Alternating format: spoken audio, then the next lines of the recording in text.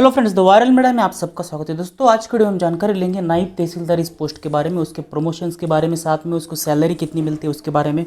तो अगर ये वीडियो आपको अच्छे लगते हैं तो उसको लाइक कीजिएगा और साथ में चैनल को सब्सक्राइब कीजिएगा। तो सबसे पहले देख लेते हैं कि नायब तहसीलदार की अगर आपको पोस्ट ज्वाइन करनी है तो आपको स्टेट पीएससी जैसे कि MPSC, UP PSC, MP PSC, जिस तरीके से हर एक स्टेट के एग्जाम्स रहती है उसी तरीके से आपको यहाँ पे स्टेट पीएससी के थ्रू नायब तहसीलदार की यहाँ पे पोस्ट मिलती है। यहाँ पे हम प्रमोशंस के बारे में देख लेते हैं।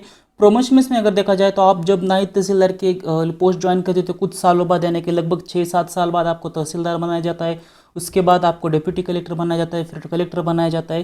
तो इस तरीके से इसका प्रमोशन रहता है। और अगर सैलरी की बात की जाए तो आपको बेसिक पे plus DA plus HRA plus TA मिला के आपकी सैलरी होती है। लेकिन यहाँ पे एक बात समझने वाली है कि बहुत सारे जो स्टेट्स है वहाँ पे नायब तहसीलदार की जो सैलरी में वेरिएशन मैंने देखा है। इसीलिए यहाँ पे जो कैलकुलेशन किए तो बड़े बड़े जो राज्य है जैसे कि महाराष्ट्र जैसे हो वो या फिर बाकी गुजरात जैसे हो, तो वहाँ पे जो कैलकुलेशन से 6 पे 7 पे के हिसाब से उसी तरीके से ये वीडियो बनाया है। तो कुछ राज्य में इसके थोड़े बहुत चांसेस है कि यहाँ पे कुछ आपको अलग से चेंज दिखाई देगा होगा इसके सैलरी में।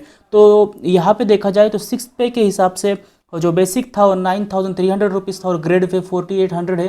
तो 7th पे में अगर उसको आप कन्वर्ट करते हो तो आपकी जो बेसिक पे है नायब तहसीलदार की वो 47,600 है। और अगर डियरनेस अलाउंस की बात की जाए तो डियरनेस अलाउंस आप इस तरीके से देख सकते हो कि हर 6 महीने बाद किस तरीके से बढ़ा है और साल में 2 बार डियरनेस अलाउंस बढ़ता है, एक तो जनवरी मंथ में और दूसरा जुलाई मंथ में। तो आप देख सकते हो कि किस तरीके से इसको बढ़ाया है। अभी जनवरी 2020 में टीए बढ़ा था लेकिन इसको फ्रीज किया है कोविड-19 की वजह से। तो यहाँ पे जो कैलकुलेशन है वो 17% के हिसाब से आपको डीए के दिखाई देंगे।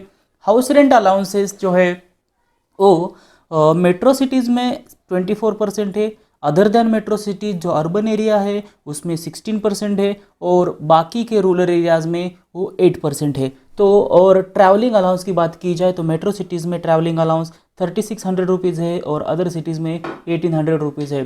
तो इसके सब अगर आप समेशन करोगे, उसको ऐड करोगे तो आपको जो सैलरी मिलेगी in hand provident fund cut करने के बाद और रूरल एरिया में नायब तहसीलदार की सैलरी 56,540 रुपीज़, अर्बन एरियाज़ में 60,340, सिटी में 65,956 रुपीज़।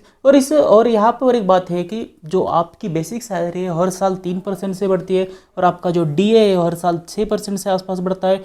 तो उसी तरीके से अगर देखा जाए तो आपके 5 साल के बाद जो बेसिक रहेगा हर साल 3% बढ़ने के बाद वो 55,181 रुपीज़ रहेगा और जो डीए है उसमें भी आपको 5 साल के बाद लगभग 30% से एक्स्ट्रा यहाँ पे बढ़ोतरी देखने को मिलेगी, तो लगभग 47% हो जाएगा। तो इस केस में अगर देखा जाए तो 5 साल के बाद की नायब तहसीलदार की आपकी सैलरी वो 84,000 रुपीज़ रहेगी रूरल एरियाज़ में, 88,435 रुपीज़ रहेगी अर्बन एरियाज़ में और 94,649 रुपीज़ रहेगी मेट्रो सिटीज़ में। तो अगर ये वीडियो अच्छा लगता है तो उसको लाइक कीजिएगा और साथ में अगर आपको भी किसी भी पोस्ट के रिलेटेड अगर वीडियो चाहिए सैलरी के तो यहाँ पे कमेंट कीजिएगा।